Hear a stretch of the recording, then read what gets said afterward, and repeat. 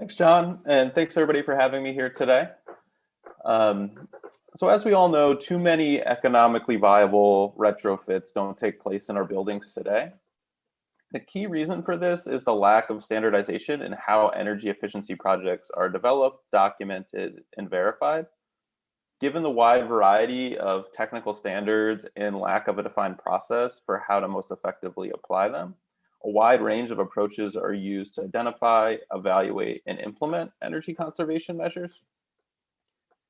This results, the result is that every energy efficiency project is as unique as a snowflake. We don't have an industry accepted approach for defining energy efficiency projects, their return and risk profile.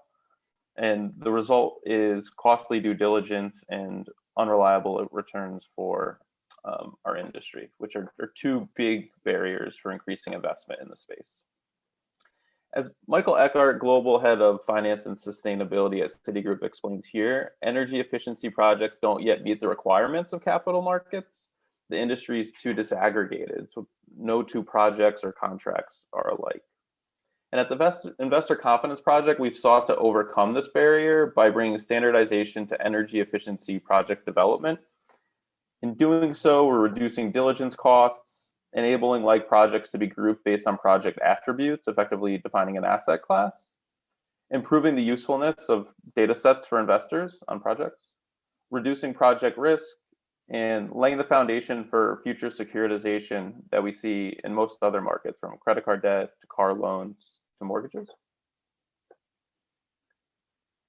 We enable this standardization through the ICP protocols, which define a roadmap of best practices for originating energy efficiency projects. These protocols leverage industry accepted standards and best practices to define procedural and documentation requirements throughout the various stages of a project lifecycle. So when developers utilize these protocols, the process that they're following is not only clear to the developer, but also to investors and any other project stakeholders. To ensure that investors have a clear signal for identifying which projects have followed these protocols, we offer Investor-Ready Energy Efficiency, or IREE certification. To achieve this certification, a project needs to successfully complete a quality assurance process that's administered by a GBCI-approved third party to verify that those ICP protocols have been followed. And this quality assurance process happens both during the underwriting period and into the construction and performance period of the project.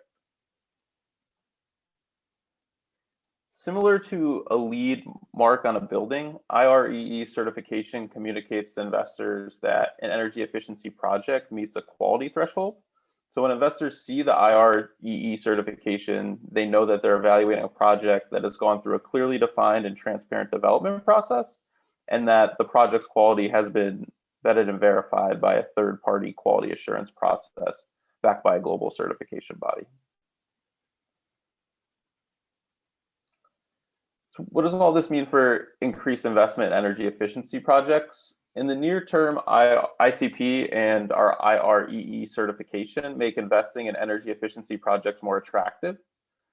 We increase standardization and transparency, which increases confidence and savings. We also help to lower transaction costs by having a streamlined origination process. In longer term, ICP sets the foundation to engage secondary markets by defining energy efficiency projects.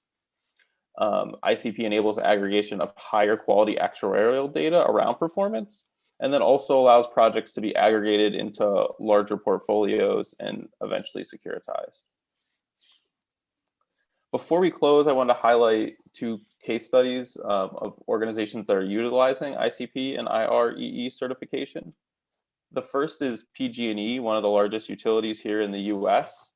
They're utilizing ICP to vet projects for their on-bill financing loan program. And they found that ICP has dramatically cut the costs of program overhead. PG&E doesn't need to develop or administer a diligence process, technical diligence process. It's also reduced project development costs by 25%.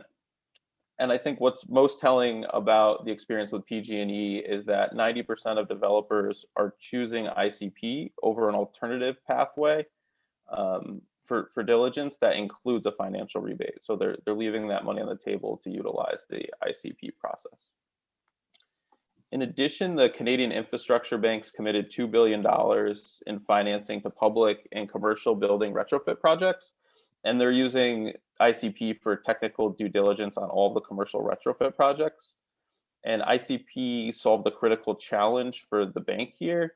To deploy such a large amount of capital, the bank needed to aggregate a huge number of projects. And so ICP gave them a pathway to basically standardize the process that each of these projects is following so that they could aggregate the projects into a large portfolio that would meet their $25 million minimum investment threshold. And I know I'm a bit over time, so I will stop there.